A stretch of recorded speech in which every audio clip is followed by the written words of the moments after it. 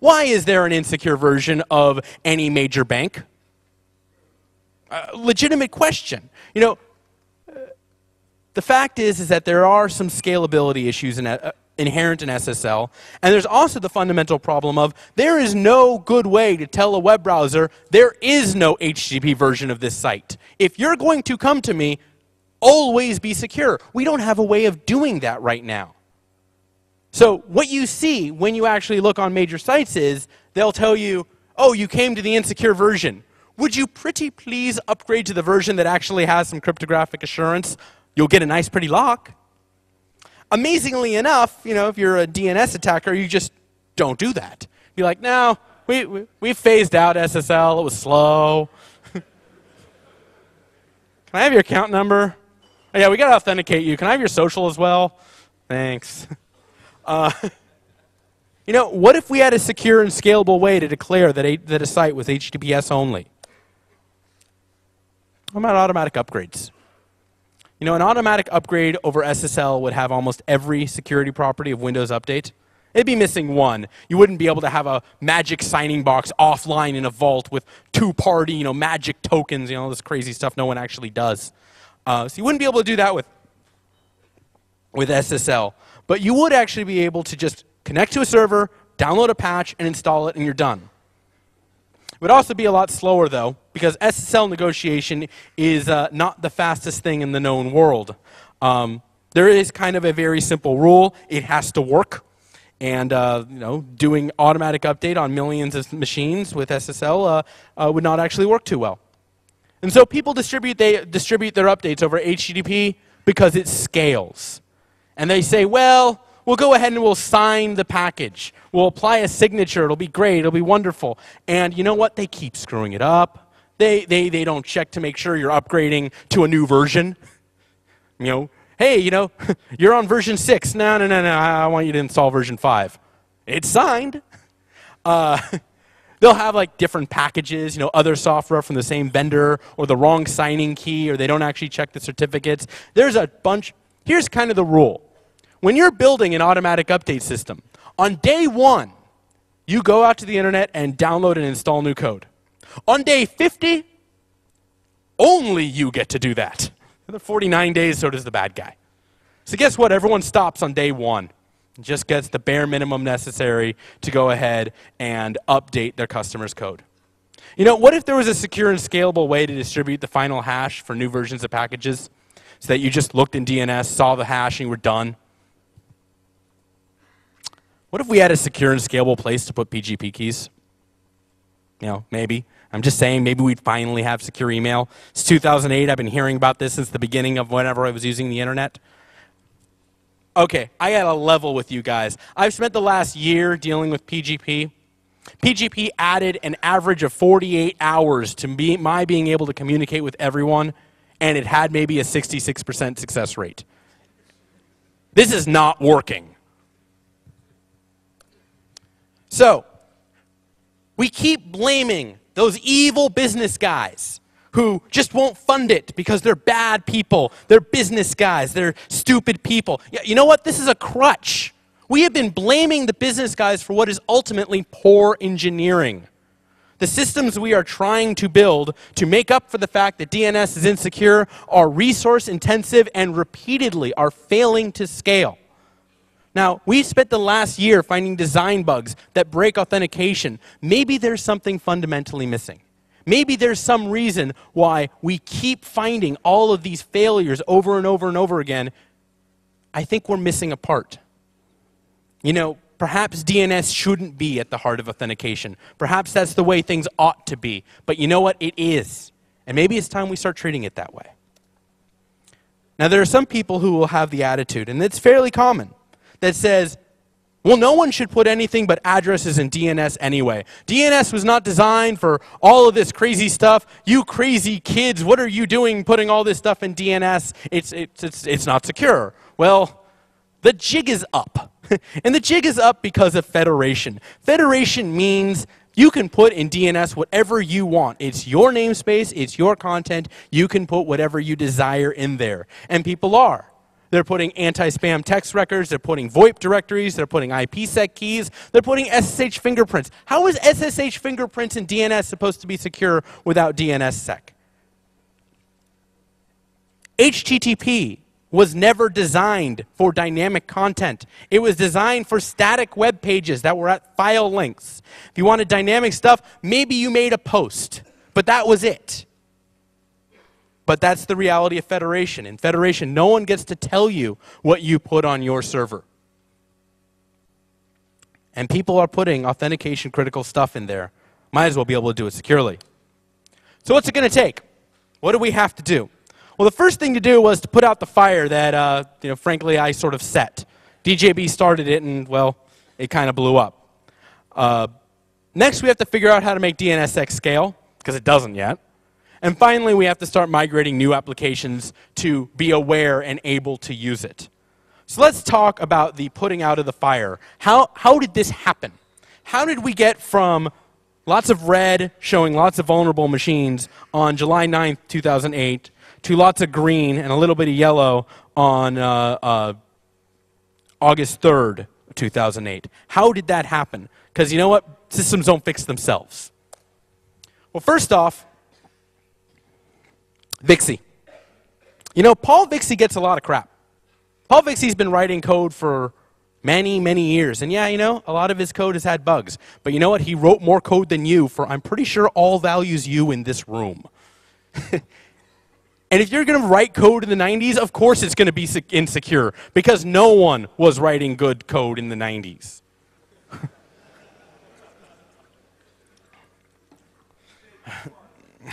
No, DJB was writing good code. How is his release engineering? Crap. And that matters. You know, every time I have ever written something for release, I have spent more time making that thing build on platforms and packaging it up and dealing with support than I ever spent actually going ahead and writing the software to begin with. Saying that release engineering is a problem that, oh, it just does itself, it's just not true. I mean, there are things that are facts, and that's not one of them. DJB wrote some fantastically secure code. Did he package it up in a format that anyone could really build on it? No. No, he didn't.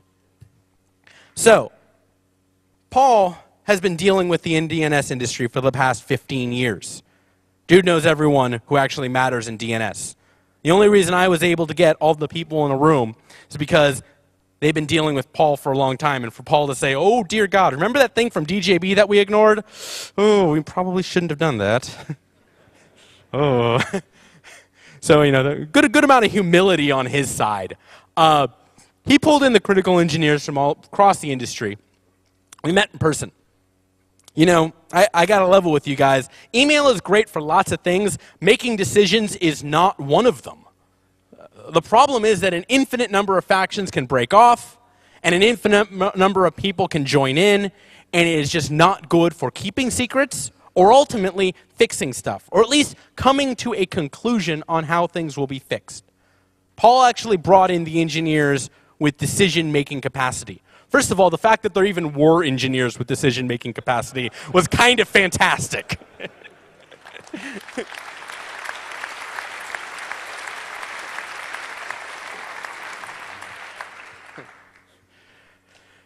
That's how we kept the politics out. That's how it happened at the end of the day. The third thing is we agreed to synchronize our fixes. Look, the bug class is trivial once you recognize that TTLs are insufficient mechanism for creating security. We basically realized if anyone actually went public with their fix and why they fixed, everyone else's customers were going to get hit. And it was just too much. So we basically all agreed, we do this. We're doing this together. We're doing this as a group. We're going to synchronize it. We didn't think about it that much like it was a particularly big deal at the time. But as we got closer to release, like, wow, Microsoft is patching at the same time as Cisco is patching at the same time as Linux. Cool. So there were some ground rules for the fix we ended up, we had to choose. First ground rule is that we had to secure all names, not just most. The thinking was that any particular names, no matter how obscure, that would be a little less secure because, I don't know, their natural TTL was low or because they were on a single level domain or whatever. Anything we missed would just get hung over us at the next Black Hat. Second thing is we had to secure all the authoritative name servers, not just those that opt in. In other words, we wanted to do this purely from the perspective of recursive servers that go out to the internet. The way we looked at it was simple. Look, suppose you had a fix that depended on having both the servers that go out to the internet to look something up and the servers that receive these requests and send replies. Who goes ahead and patches? The authoritative guys say, well, no one's deployed the recursive fix. And the recursive guys say, well, no one's deployed the authoritative fix. And nothing actually gets fixed. This is how these things happen. So we wanted a solution that was purely at the recursive servers so that when you deployed it on the recursive server, every single system, every single name you went out to would be safer. Now, DNSSEC does not have this property. DNSSEC actually requires the upstream servers to do modifications. But there are lesser things that can happen at the upstream servers. You can have cookies or other modifications where when you go to this other server out on the internet that hosts the names for Google or hosts the names for Yahoo, that this other server can have some extra information that it reflects back to you. The problem is that none of these approaches are actually secure unless the root server and the COM server signs up for them. The reason why is, oh, your server at foo.com is safe. That's fine. I'm going to tell your name server that your box doesn't exist, that your box is actually my box. So you're going to, all foo.com comes from me. What was that? DLV. DLV is another mess. Coming up to me later. The third thing is that we must not, hey, I'm a DNSSEC supporter and we will talk about that later actually. So, third requirement is we must not alter the semantics of DNS. If 1% of names just stop resolving, no IT administrator in the world would have deployed the patch. It doesn't matter if you say, but they're not important names, but they're these really obscure sites out in Russia, it's complaints. And you know what happens when DNS goes down? It's so deep in the stack that you're looking at 12 to 15 hours of debugging before you even figure out that it was a DNS issue. This is why DNS cases are always so expensive, because it's completely obscure. Why did 5% of the machines suddenly lose access to this database server in Kazakhstan? What? Seriously, anytime I get like a completely inexplicable fault, well, okay, it's me, so I think it's DNS, but you should think it too.